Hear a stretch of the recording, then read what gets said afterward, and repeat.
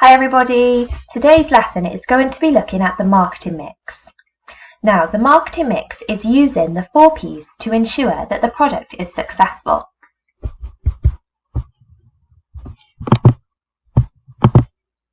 The marketing mix. Why is the marketing mix considered an important step in product development? Well, it determines the needs of the consumer or the end user. Understanding the needs and wants of your consumer is vital to your product's success. Do you think that you would buy a product if it didn't suit your needs or wants? It also helps identify the target market. This establishes a secure target market for your product. It helps you focus your research into finding out everything you can about the behaviors of the people you are designing the product for. It also helps you focus your research. The marketing mix will help you focus your research development and planning and your overall end product. You will need to research the market to figure out what's already out there and what could you actually design that's going to be a success and solve a problem and make somebody's life a little bit easier. Also, what you need to consider is the USP. USP stands for Unique Selling Point. Now, every product, no matter how simple, will have a unique selling point. This is what makes your product, goods or services different to anything else that's already on the market. Now, this is something that you will need to think of for your product. What makes your product unique to any other product that is similar to what you're trying to achieve? Now, the 4P's marketing mix was first developed by Professor E. Jerome McCarthy in 1960. It has since been developed and used by many others in the business and products, goods and services world. It's been adapted over time, sometimes called the 5P's and even the 7P's of marketing. Now, the 4P's of marketing are split into different categories. The first one is product. Now, this is essentially what is the product that you are trying to design, or goods or services. The design features. How does it function? What quality will the product be? What type of packaging will it have? And what is the unique selling point? The second part is place. So this is looking at where will the product be sold and the location of the business. Now, will this product be sold in a shop or a supermarket, or a local market, or door-to-door sales, in a catalogue, online, on a website, on social media, via the TV where you have to call up and order your product? There are many different places where your product will be sold, and this will differ depending on the end user or target market you are trying to reach. The next thing you need to consider is promotion. How will you promote or advertise your products or services that you are providing? Now, again, there are many different ways that you can do this. Will it be a TV or radio advert? The use of a billboard, leaflets, posters, social media, celebrity endorsement? Again, this will all depend on your end user or target market, as each of them will have different ways of accessing advertising and promotion. And the last thing you need to consider is price. Now, what price point will you sell your product at? Now, you need to consider that if the price is too high, it may put off people from purchasing your product, or they may just not be able to afford it. However, if you put your price point too low, then this may scare off people who are worried about buying bargain goods because they're concerned over the poor quality and the product life cycle. The deciding factor is ultimately the person. When the person changes, the whole marketing mix will change, as different people have got different needs and wants. The unique selling point of a product for a teenager would be different to the unique selling point for a teacher, to a business professional, to a healthcare provider, or even a child. So research. You will need to have both primary and secondary research to help build a picture of your person so you can identify the problem that you need to solve and solve it in the most effective way that suits the needs of that user. So we're now going to look at an example. We're going to look at the same product idea, but change the person in each scenario. Our design is not really going to be an innovative or different design. We're going to look at one which already exists that we're all familiar with for the sake of this task. So we're going to look at developing an innovative new mobile phone. Our three different target markets are going to be an elderly person aged 70 plus who lives alone, has health problems, and we're not really concentrating on the gender. A teenager aged 14 to 18 who uses social media and education applications. They're looking for a high-tech gadget which has multiple uses. And a parent aged 35 to 50, a parent of teenagers and young children needing to keep in contact with them and keep information safe. So now we're going to look at a 4P analysis for each of these different people. We've already conducted our 5Ws plus 1H analysis, which I've popped at the top here. So where would an elderly person use this mobile device? It would be at home. What are they using it for? Well, having a fixed landline means elderly people are not integrated into digital society and they're being excluded from certain activities. This is a problem. But also, having a fixed landline means they cannot keep the phone on them when moving around the home. So if an emergency happens, they are not able to contact help. This could also be when they're not in their home. So how are we going to solve it? By a use of a mobile phone and an accessory that makes the phone transportable or fixed to the person. We could also include voice activation. Why are we doing this? To include elderly people in digital society and to be prepared for any emergency that might happen. It should be really easy to operate, and it could include the internet. So let's have a little look at doing a 4P analysis together. So looking at the 4P analysis of a parent or guardian. Remember, this is for our innovative new mobile phone. Splitting the page into 4. Starting with product. Now, what will my product actually need for a parent? So a good camera, excellent security, tracking locations, reliable, large storage, link with children's phones, family plans, video calls. My unique selling point is that maybe it doesn't use mobile data when doing online banking or location tracking. Now, where would a parent actually go to buy it? Well, probably a shop, but more likely to be a technology store, which has got aftercare and face-to-face service. Or if they're going to purchase something online, it needs to have flexible delivery, so when they're actually at home and they're not in work or running around looking after the children. How am I going to promote it? Well, a radio advert on the way to work might be a good idea, or when they're picking up the children. TV advert in the evenings after the children have gone to bed. Maybe using platforms such as Netflix or Now TV. And if I was going to use social media for this age range, I'd probably be looking at Facebook. So the price, some sort of family plan, mid-range price, probably £100 to £200. Something with insurance, so if it breaks. So a unique selling point could be that if the child breaks it, then you get a free repair. And maybe on a contract or a pay-as-you-go. So these are lots of different things that I could think of which can give me my next stages of research when looking at the parent or guardian when thinking about a new innovative mobile phone. Okay, so doing a 4P analysis for a mobile device on the teenagers target market. Splitting the page into 4 and focusing on one area at a time. So we're starting with products. So in terms of a product, what would a teenager want from this product?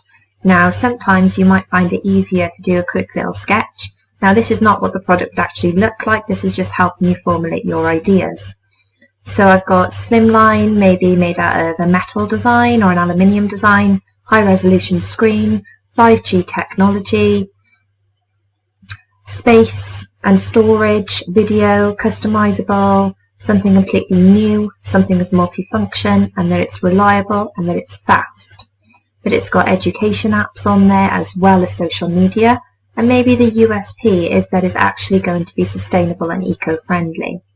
So in terms of the place, where would they buy this? Now, it needs to be somewhere where it can be bought anywhere at any time worldwide, so probably online. It will give online support and very fast, speedy delivery. It's easy to purchase and it's accessible with PayPal, Apple Pay, Google Pay and other online paying systems. How are you going to promote it? Well, a celebrity reality star endorsement is probably a good idea. Using Insta TV, social media, maybe TikTok or other online platforms. The price is probably a pay monthly contract, but enabling you to change or upgrade quite often. So it could be a high-end price and variable interchangeable tariffs. So my next steps for this would be to research existing products that have these features that we've identified. I want to do some primary research using an Instagram poll to actually find out what the teenagers want and the key features and the price they're willing to pay. I might want to look at reality star endorsements on Instagram as well to see if there's anything going on that I need to consider. I might want to look at prices of phones that teenagers are currently using or phones that they currently want and see if I can link all of this together in my design. I may then think, well, could I improve something that already exists or do I need to come up with something completely brand new? Also, I might want to look at the product findings to see if what I'm actually thinking of is that correct. So by using my primary research, are these ideas I'm coming up with for this product actually suitable for this target market? Because I'm not in this target market, it's sometimes quite difficult, so I'd want to find out directly. Okay, so starting the 4P analysis for an elderly person. Remember, this elderly person lives alone and has health problems. So split your page into the 4.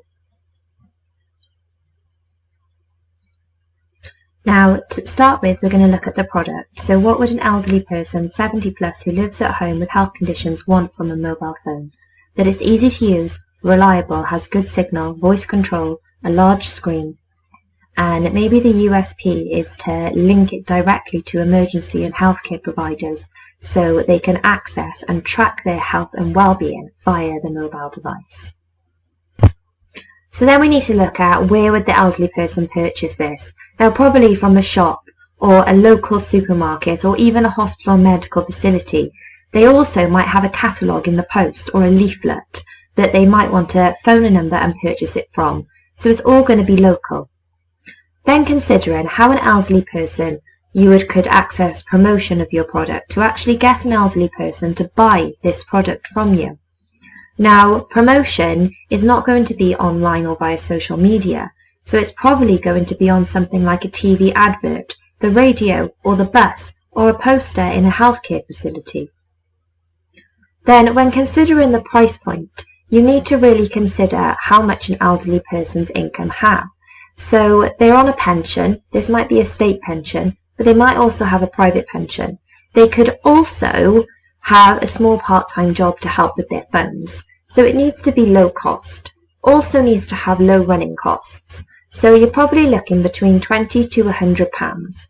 It also needs to be cheap and easy to repair the product. So these are things you need to consider when looking at your materials and your manufacturing to be able to sell. So, in conclusion, what can you see? You should be able to see that by identifying the end user, you are able to really ensure the new product focuses on their needs. It will allow you to research your focused area and will help you develop an innovative product that they will want and need. It's pointless to research emerging technology and latest high-tech gadgets for an elderly person who just wants to make a call. It's also pointless creating a social media advertising campaign for an elderly person who doesn't have access to the internet or social media accounts. It's also pointless to advertise your product on a billboard if your end user is blind, so a radio advert is a better idea. This is why we need to consider these different parts of the 4P analysis and the marketing mix when designing a new product. So let's try another example. I'm going to talk you through another example, and then you're going to have a go at changing the target market and developing the 4Ps to see if there's anything different.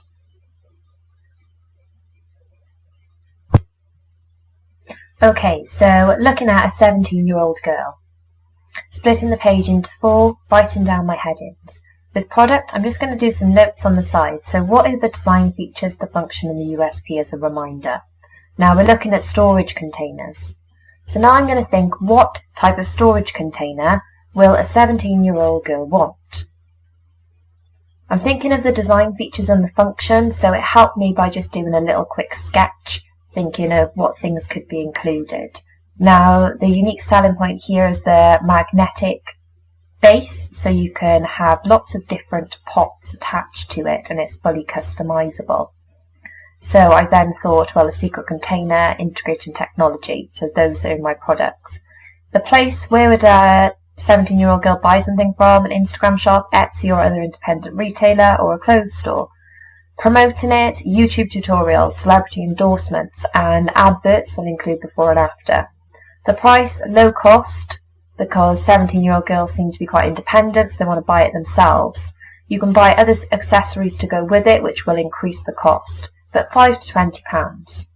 My next steps then is to research other products on the market that include these things that I've identified in my product section. I also want to research trends such as music, fashion and pop culture, and some primary research into what they actually like. Now it's your turn. An innovative storage container for a 5-year-old boy. What will change in our marketing mix?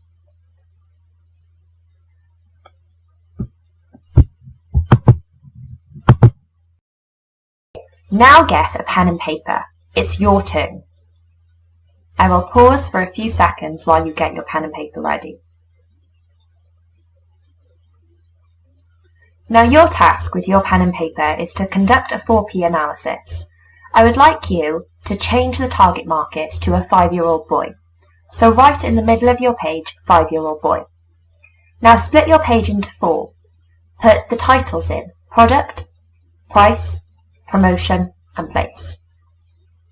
Now see how your marketing mix will change. Remember, a child has a more complex marketing mix, as you need to consider the person who will actually be buying the product for them. Will it be a parent, guardian, or carer? So you need to make sure that the parent will want to buy it, not just the child wanting it. So this is where your marketing mix might get a little bit more complex. So pause the video here, spend a few minutes jotting down different ideas and seeing if it will change. Remember, for those A and B grades, you're really going to want a USP. So now you've done your marketing mix, hopefully you would see how important the target market is to making your product a success. So your next steps: research any pestle factors for your idea. Now remember that you only look at pestle factors that are relevant. So for example, in your 4Ps, you've said that it would be sold worldwide. Are there any pestle factors that will influence this? For example, is a certain material or product banned or illegal in another country, or the materials just cannot get there? Or is the technology not advanced enough yet in the specific country you're looking to sell in? You need to consider these things. Also, use your marketing mix to help structure your research. For your product, look at existing products that have the same or similar features to what you've identified. With the place, consider what other products are sold in the places that you have chosen. So what other products similar to yours are sold in your local supermarket, if that is a place that you've identified? Are there any legal, political, or environmental considerations? And finally, focus on your person. Find out everything there is to know about that end user to make sure your product meets their needs and wants. You can do this via secondary research online, so doing some online research into what that person likes or wants or needs. You could also use Pinterest. This is a really good source of information where you can collect together lots of different images about your target market. But you might also want to do some primary research. So by doing surveys, questionnaires, focus groups, online polls, making sure you're staying safe at the same time. Find out how much they'd be willing to pay for a product that you're describing. How much did they pay for their last product, which might be similar to what you're actually doing? What colours do they like? What shapes do they like? Do they think this is a good idea? Where would they usually look to buy a product which is similar to the one which you're offering? Is there a need for it? Maybe with your person, maybe they've got a disability or a health condition that you're helping them with. Maybe find out some information about that. Maybe you just want to make somebody's life easier by creating a new kitchen gadget. Then find out what do they use their current one for and what problems are there when using it. So for example, making pasta, how much pasta do you need to put in your pan? Okay, so these are all ways that you can start your research.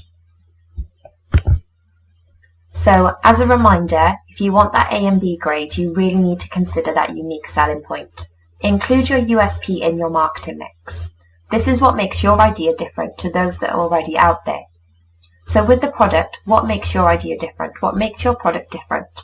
If you're thinking about a child's toy, what makes that toy different to any other toy that my child already has? The place, taking into account the needs of the place or where it's sold. The price, putting a unique selling point on your price, giving discount offers, benefits, credits, loyalty stamps, tokens, cards, whatever it is that will really entice the target user to want to buy your product. Promotion, how is your advertisement different or unique and suitable for your person? Okay, so these are all to do with your unique selling point, and you really need to think about these, because if it already exists and if your idea is already out there and it's successful and it's functioning, then not many people are going to want to buy your one, unless it's got something that's slightly different. So now it's your turn. There's a template on the example of feasibility study on Teams. You can see it, I put a little image of it by here. Please remember though that you need to personalise yours and make it your own. You can't just use the one which has been given to you. So these are just ideas. Again, be creative with your presentation. There's no right or wrong way. It's just making sure that you've explored all the different possible ideas for AO1 for your NEA. Good luck, guys.